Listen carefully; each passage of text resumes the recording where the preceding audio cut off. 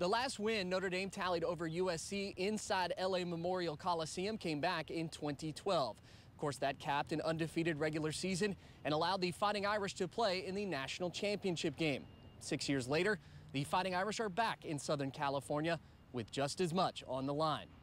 Yep, Pete, it's a gorgeous day for a baseball game out here. As you mentioned, there's going to be a very familiar face in the opposing dugout. Paul Mawala is a name that a lot of people in Michiana may remember. He was a star safety at Penn High School, committed to Notre Dame, and is already making an impact on special teams. 45 days from now, the best senior golfers on the planet will make their way to the Warren Golf Course at Notre Dame. For the first time, the USGA will host a senior major championship at a college course. Obviously, a lot of these guys, when you play for 92 consecutive years, know what it's like to play against Navy, but very few know what it's like to play for Ken Niumatalolo and the Mids. Not having Ian Book in the lineup didn't seem to matter too much for Notre Dame on Saturday night. The number 3 Fighting Irish did exactly what you'd expect of a college football playoff contender and took care of Florida State, capping their regular season home slate and sending off their senior class with win number 10 of 2018. All the award shows and the postseason accolades are done. Now it's time for Notre Dame to get back to business as a date with Clemson in the Cotton Bowl is on the horizon. In recent history, Navy has given Notre Dame everything they could handle, but that wasn't the case in 2018's edition of this rivalry game. The Irish flexed their muscles early in the contest and kept the pedal down in the second half en route to a 44-22 victory over Navy. And more importantly, the Irish remain undefeated, a perfect 8-0 on the season. The last time Notre Dame Hoops took on North Carolina State, the Irish dominated. It was the first game without an injured Bonzie Colson, and the Irish came out and excelled offensively.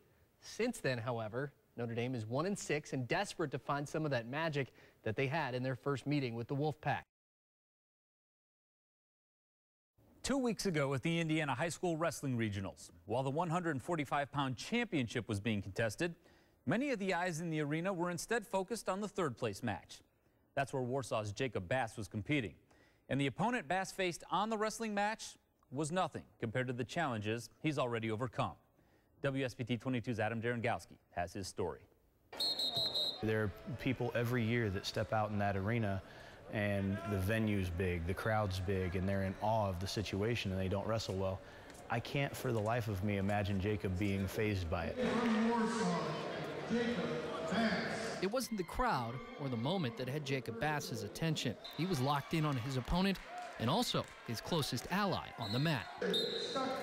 Jacob Bass is deaf.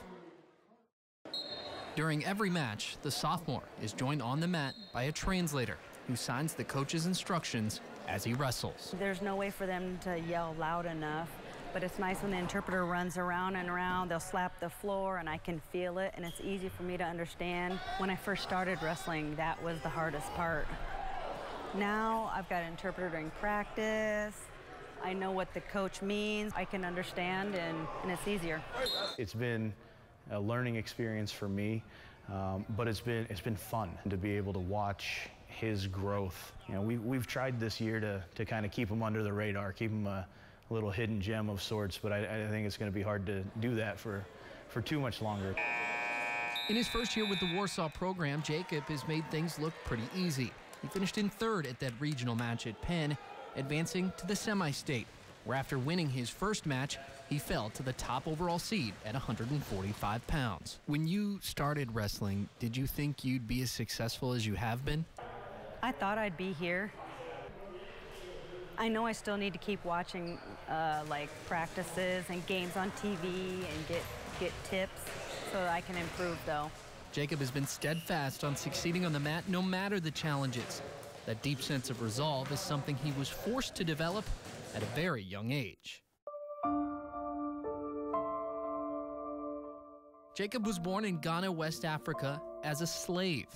His biological father, who was more master than paternal figure, forced Jacob to work on Lake Volta, a crocodile-infested body of water, as a fisherman, abusing him with boat paddles. That abuse is what led to him losing his hearing and ultimately changing his life forever. I don't really know how it happened because I just know my dad there. It was him. My dad really didn't take care of me or my mom. we just were his slaves. My dad would beat me, take me out fishing when I was really young. He would hit me a bunch, and that caused me to lose my hearing. He had that malnourished body. He talks about when he was fishing that he would eat rocks just to have that sense of fullness. He drew a picture when he was over in Ghana of him in a boat with a guy standing over him with a paddle, hitting him. You know, talk about breaking your heart. Jacob's life changed again at the age of 8, this time for the better. An organization called Touch a Life rescued him from the lake, sending him instead to an orphanage, which is where Andy and Dawn Marie Bass first learned his story.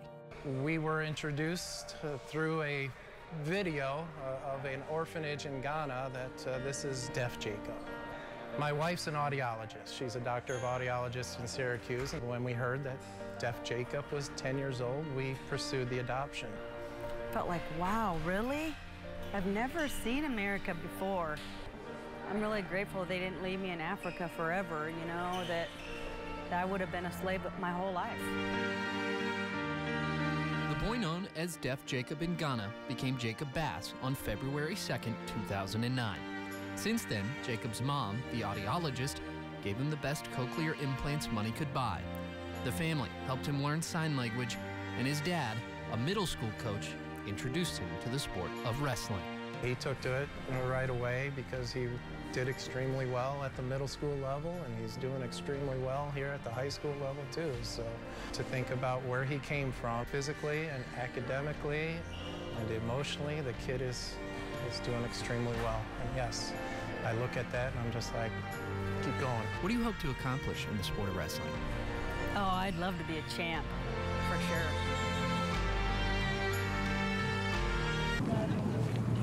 It had all the features of a typical track meet, right down to runners attempting to shake off those pre-race jitters. Are you sure you're ready for this? A lot more nerves for a race that I knew I was gonna lose. I was really just thinking about just how happy I was to be back on this track.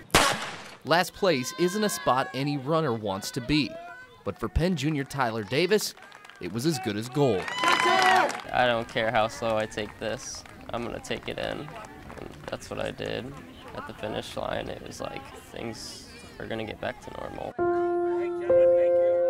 Things have been anything but normal since a constant series of splitting headaches plagued Tyler just weeks before his school spring break. I went to the doctors multiple times. I got prescribed multiple medicines. Nothing was helping at all. So my mom decided it was time to go to the ER. A CAT scan revealed every parent's worst fear, a golf ball-sized lump, a tumor growing on Tyler's brain. When you're a parent and you hear something like this is happening and it comes on so fast, and when they're so healthy and athletic and smart, as far as the results, it's a big question mark. The answer was found at Riley Children's Hospital in Indianapolis. The tumor turned out to be benign, but still required an 8-hour surgery to remove it. I wasn't really scared. I mean, my mom was, I could tell in her face she was. But I had that feeling I was going to be okay. After a successful procedure, Tyler's race to recovery began. Thanks to a daunting schedule of speech and physical therapy, Tyler made huge strides in regaining his stamina and mobility, which sparked his desire to get back onto the track. I did not even consider him running again. When you think about just during spring break was about when the operation was, which is not that long ago. So it just shows what a fighter he is. I'm getting back. I'm getting back to normal. I'm getting back to the things I love. Which brings us back to the race. Less than 5 weeks removed from brain surgery, Tyler was on the track, competing in the 400-meter dash. I knew I was going to break down when I crossed that line, so them being there really, really helped. They said good job, even though I knew I wasn't that great. The stopwatch read 78 seconds as Tyler finished, good enough for last place. But it was a reminder of the strides he's made and the strides he has yet to take. I'm just grateful for the things that I could do and that I'll get back to doing. Adam Derengowski, WSBT 22 Sports.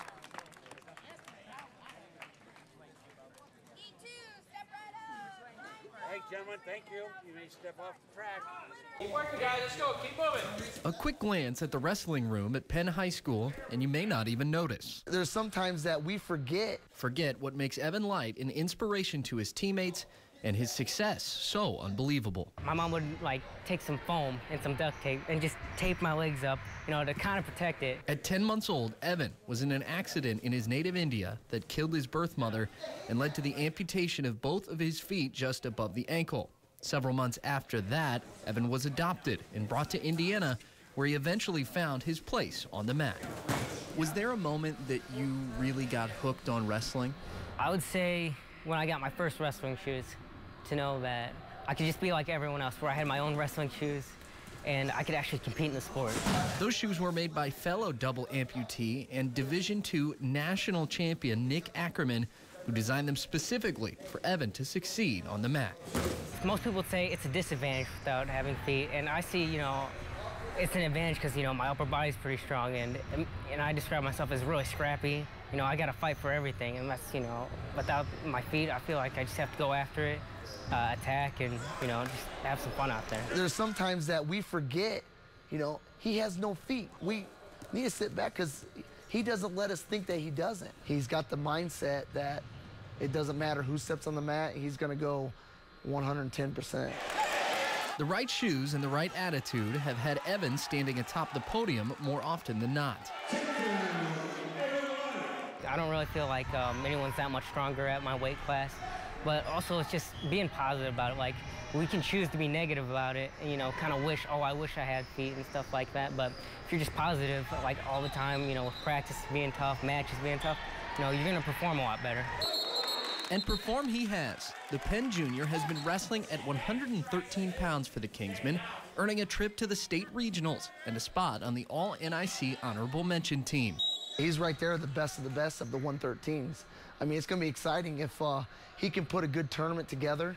He can make a good run. It's just pride, knowing that you're going to work really hard. And you go into a gym where, there's not that many people, and just having the pride of just working really hard and just getting your hand raised. That's what brings me joy to the sport. No different than anyone else. Adam Derengowski, WSBT 22 Sports.